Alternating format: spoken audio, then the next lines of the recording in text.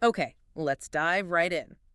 Welcome to a quick briefing on, well, just a massive flood of AI news from just 2 days, June 11th and 12th. Yeah, it was intense. Our goal here is to cut through all of it, the forums, the research, company updates, Twitter, and just pull out the really essential stuff you need to know. Think of it like a fast newsroom update. Definitely needed. We looked at, I don't know, hundreds of sources, maybe thousands of messages for just those 48 hours. Yeah. The pace is just, wow, you really have to filter. Absolutely. So, what were the big headlines?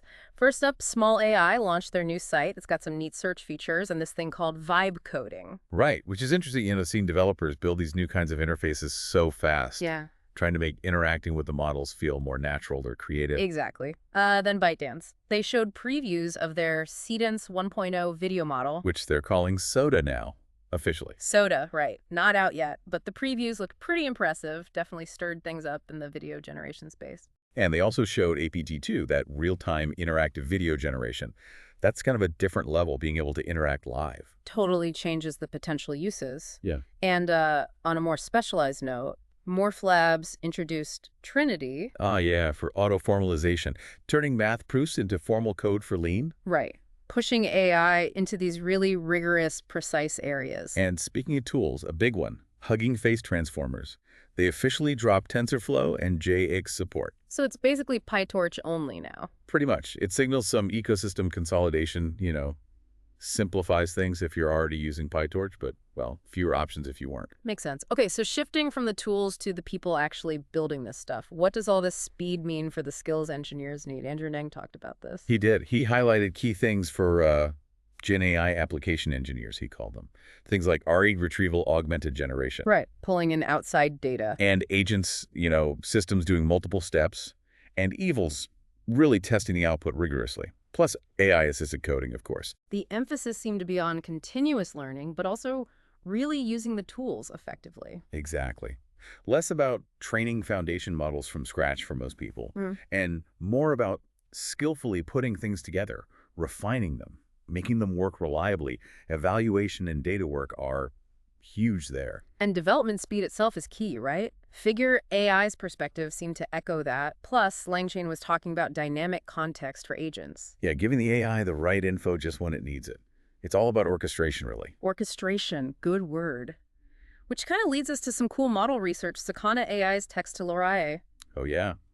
That allows users to tweak a model style just using text prompts, adapting models on the fly. Imagine just typing, make it more formal or give it a witty style, and having it just happen. That's powerful for quick customization. Super powerful. And the video arrays kept going, not just ByteDance Soda, but Kling AI's Kling 2.1 also shows some impressive stuff. And then there was Anthropic's work. This was fascinating. Right? Eliciting latent capabilities.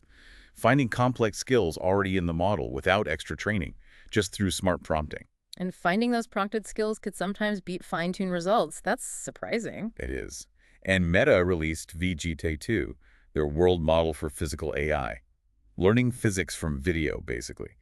Super important for robotics. Stepping even further out, that University of Minnesota benchmark dataset trying to decode mental images from fMRI scans. Mind-reading territory almost. Wild stuff. Okay. Connecting back to tools and infrastructure. Besides Hugging Face going PyTorch only, we saw LangChain getting adopted more. Like BlackRock using LangGraph for their Aladdin Copilot. Yeah, and integrating with TensorLake. And Perplexity integrated with Fireflies.ai for meeting notes. Plus, they teased something called Comet. Okay, but now the really big infrastructure story, that cloud outage on the 11th. Oh, yeah, that hit a lot of key players all at once. OpenAI, Weights and Biases, Langsmiths, Replit, Cursor. Suddenly, a whole chunk of the AI development world just stopped. And it immediately kicked off serious talk about cloud concentration risk. I mean, when your models, your dev tools, your evil platforms all rely on the same underlying cloud, one hiccup can cause massive ripples. It's a vulnerability for sure, a real single point of failure concern. Definitely a wake-up call. Yeah. You also saw other industry moves, Perplexity at GTC Paris, OpenAI meeting with AMD. And Google dropping nearly 1,000 open models on Hugging Face. Just boom. Yeah, it's this constant mix of collaboration, competition, and just sheer scale happening out in the open. And amid all the excitement, there's still critique, right? About LLM writing quality sometimes being bland or the reasoning not quite there. Right, the apples and potatoes analogy came up again. Comparing human reasoning and LLM output, they're different, but related.